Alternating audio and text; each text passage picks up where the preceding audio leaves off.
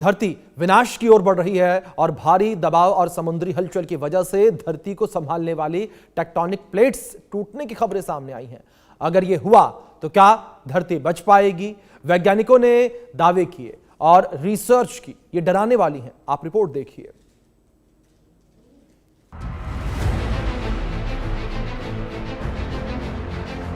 प्रशांत महासागर के गहरे पानी में कुछ ऐसा हो रहा है जो हमारी धरती के भविष्य को बदल सकता है। धरती के भीतर एक दरार उभर रही है, एक दरार जो किसी ट्रेन के पटरी उतरने जैसी है। लेकिन ये ट्रेन नहीं, ये पूरा भूभाग है। वैज्ञानिकों की सिस्मिक इमेजिंग ने एक चौंकाने वाला रहस्य उजागर किया है। समुद्र की सतह के नीचे मिली है करीब 75 किलोमीटर लंबी दरार, जो संकेत देती है ये जोन अब एक तरीके से मर रहा है। ये दरार सिर्फ एक फटी हुई रेखा नहीं, ये वो जगह है जहां धरती की प्लेटें आपस में टकरा रही हैं, दब रही हैं और टूट रही हैं। और इस टकराव की गूंज महसूस होगी सागर में और जमीन पर। इस टूटते जोन से जन्म ले रही हैं नई माइक्रोप्लेट्स, छोटी लेकिन बेहद शक्तिशाली। और जब ये प्लेटें अपनी नई जगह खोजने की कोशिश करेंगी तो उसके परिणाम केवल समुद्र की लहरों में नहीं दिखेंगे, वैंकूवर और उसके आसपास के क्षेत्र में। इसीलिए तो उसके परिणाम केवल समुद्र की लहरों में नहीं दिखेंगे। वैंकूवर और उसके आसपास के क्षेत्र में सतर्क रहने की चेतावनी इसीलिए जारी कर दी गई। धरती की ये चेतावनी स्पष्ट है कि मैं बदल रही हूँ और ये बदलाव कभी शांत नहीं होगा। जैसे जैसे धरती की ये प्लेटें हिलेंगी, छोटे भूकंप या बड़े भूसंकरों के संकेत मिल सकते हैं। ये सिर्फ एक भूवैज्ञानिक घटना नहीं, ये एक प्राकृतिक अलार्म है। ये दरार, ये प्लेटों का टूटना हमें याद दिलाता है कि धरती स्थिर नहीं है, ये लगातार बदलती रहती है। और जब धरती बोलती है तो हमें सुनना ही होगा। धरती अब शांत नहीं, धरती अब चेतावनी दे रही है। और यकीन मानिए, कहानी अभी खत्म नहीं हुई है। Bureau report, India news.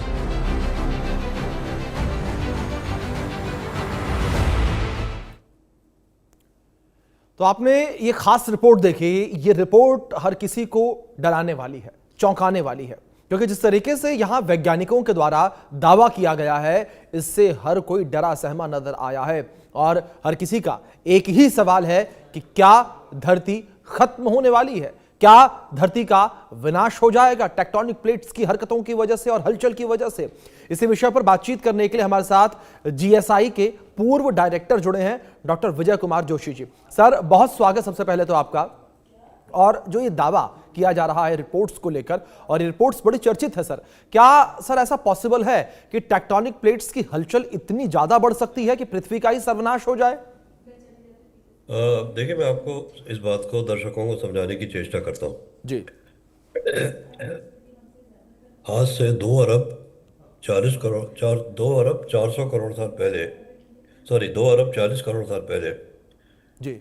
जितने भी महाद्वीप है सब एक थे। पैंजिया नाम था उनका। बाकी समुद्र था और महाद्वीप से सिर्फ एक थे। और करीब 140, ये करीब ये दो अरब 40 करोड़ साल पहले इसमें स्प्लिट शुरू हुआ। जैसे आज आप स्प्लिट की तस्वीर दिखा रहे हैं, ऐसे स्प्लिट शुरू हुआ। और होते होते ये स्थिति आ गई कि जी। 120 मिलियन साल पहले जो ये स्प्लिट हुआ, तो जो इंडियन लैंड मास है वो जी। अफ्रीका से टूट करके वो नॉर्थ की तरफ बढ़ा। और करीब 50 मिलियन साल पहले वो जाके टिबेटन प्लेट से टकराया जा करके, जिससे जन्मे हिमालय। और जब से वो टक्कर हुई है तब से जी। अभी तक रोज़ाना वो 5 से 15 सेंटीमीटर औसतन की गति से हिमालयन प्लेट के अंदर धंस रहा है। और ये जो अभी समाचार आया है, अमेरिकन जियोफिजिकल यूनियन द्वारा मेजरमेंट लिए गए हैं, जी। तो यहाँ पर मैं ये बताना चाहता हूँ कि भूवैज्ञानिकों ने तो इस बात को बहुत पहले बता दिया था, लेकिन तब उनके ऊपर विश्वास नहीं था क्योंकि कोई जी। इस पर इंस्ट्रूमेंट नहीं यूज हो पाए थे। आखिर में अब जब अमेरिकन जियोफिजिकल यूनियन ने एक बहुत हैवी इंस्ट्रूमेंटेशन करके 94 सेंटर्स में ये सब डेटा इकट्ठा किया है, किस रेट से स्प्लिटिंग हो रही है, उससे ये खबर आई है। जाहिर है खबर अलार्मिंग है, लेकिन मैं ये बताना चाहता हूँ कि ये स्प्लिट ऐसा नहीं है कि आज खबर आई और कल को धरती फट जाएगी। फटने में लाखों साल लगेंगे। जी लेकिन अगर हमको आगे, जैसे हम आगे की फ्यूचर प्लानिंग करते हैं, 2040 में हम ये करेंगे, 2025 में ये करेंगे पहले कहते थे, तो अगर वो करना है तो हमें इस बात को मद्देनज़र रखना पड़ेगा कि जिन एरियाज में आज हम हैवी इंफ्रास्ट्रक्चर बना रहे हैं, बड़े बड़े डैम बना रहे जी हैं, और हैवी पॉपुलेशन वहाँ पर जाके बस रही है, हाई हाई राइज बिल्डिंग्स वहाँ पर बन रही हैं, तो वो कभी ना कभी तो ये दुर्घटना होनी है। ये ज़रूर मैं कहूँगा कि वो दुर्घटना होनी है, उसके चक्कर में हम आज ही सब कुछ हाथ पैर छोड़ के बैठ जाएं, हताश हो जाएं, वो तो गलत होगा। लेकिन इसके लिए हमें संभावना के लिए तैयार रहना चाहिए। और किस तरह से तैयारी करेंगे, ये तो लंबा सोच विचार का विषय है, क्योंकि ये जो गति है प्लेट के टूटने की, ये यूनिफॉर्म नहीं होती।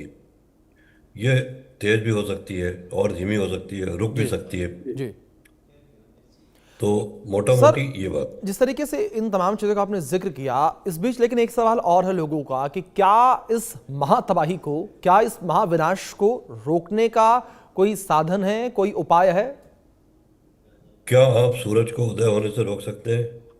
क्या आप सूरज को डूबने से रोक सकते हैं? नहीं रोक सकते। तो बिल्कुल। प्रकृति के इस पहलू को तो आप भूल जाइए, रोकने की बात। लेकिन अपने आप को रोकिए। जी जी अपने आप को रोकने का मेरा अर्थ ये है जी कि जो हैजार्डस इलाके हैं वहाँ पर हमने बेशुमार आबादी बसा दी है। हमने क्या बसा दी, मजबूरी है, लोगों को ज़मीन नहीं है तो वहीं जाके बस गए।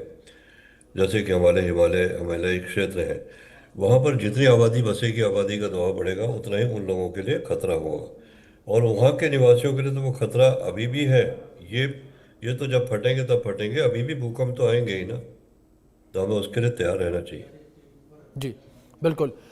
विजय जी, जिस तरीके से आपने जिक्र किया तैयारियों का, तैयार रहना चाहिए, लेकिन क्या विजय जी, जिस तरीके से आपने जिक्र किया अभी की बसावट जो है, तो ऐसे में क्या क्लियरली ये माना जाए कि जो मानव है, मानव जीवन है, वही इस विनाश के लिए भी जिम्मेदार है, यानी कि अपने विनाश के लिए खुद हम जिम्मेदार हैं? कुछ हद तक। जी क्योंकि देखिए आज जो कुछ भी घटनाएं हो रही हैं, जी वो जो प्राकृतिक है वो करीब करीब 60% है, जी और जो मानवीय असर है वो 40% है। जी उस 40% पर हम कंट्रोल कर सकते हैं, जी 60% को हम नहीं रोक सकते। जी तो जो 40% पर रोक लगानी है, वो हमें सेल्फ डिसिप्लिन से लगानी पड़ेगी।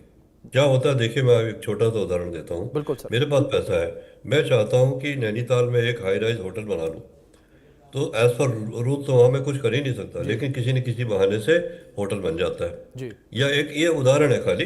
तो इस तरह की जो हम लोग अपने आप को थोड़ा डिसिप्लिन करें कि भाई जहाँ पर आबादी, जी जहाँ पर इस तरह के स्ट्रक्चर नहीं बनाने हैं, वहाँ पर नहीं बनाने चाहिए। और ये तो भूवैज्ञानिक चीख चीख के कई साल से कह रहे हैं कि इस एरिया में ऐसे दबाव न पैदा करें। जी लेकिन समझ में तो नहीं आ रहा लोगों के। जी जी शायद हम किसी दुर्घटना की प्रतीक्षा में इंतजार कर रहे हैं।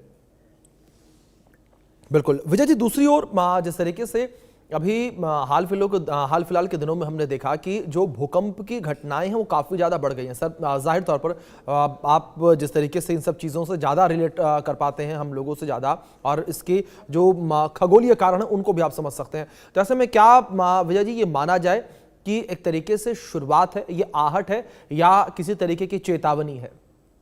हाँ, ये चेतावनी है एक तरह की।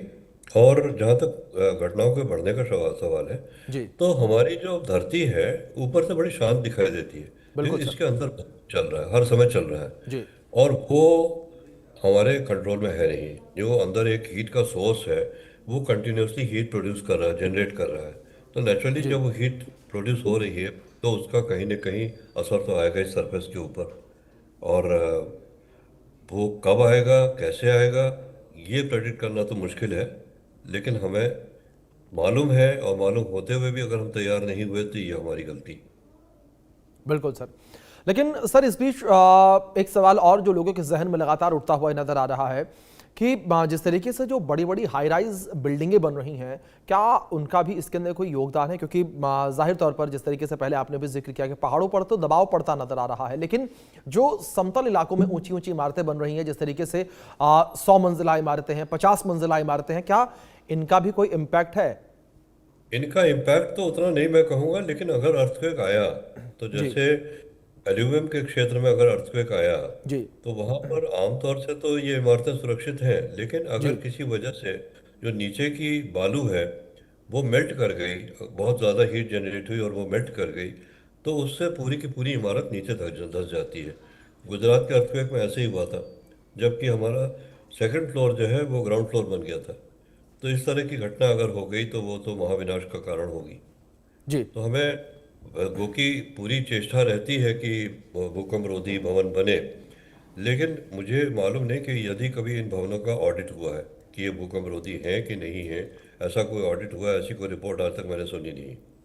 जी वो ज़रूरी है, बहुत ज़रूरी है। भवनों का, स्कूलों का, जितने भी तीर्थ स्थान हैं, जितने भी मॉल हैं, सिनेमा हॉल हैं, जहाँ लोग ज़्यादा से ज़्यादा इकट्ठा होते हैं, वहाँ पर उन सब सारे स्ट्रक्चर्स का एक बार ऑडिट होना चाहिए। जितने भी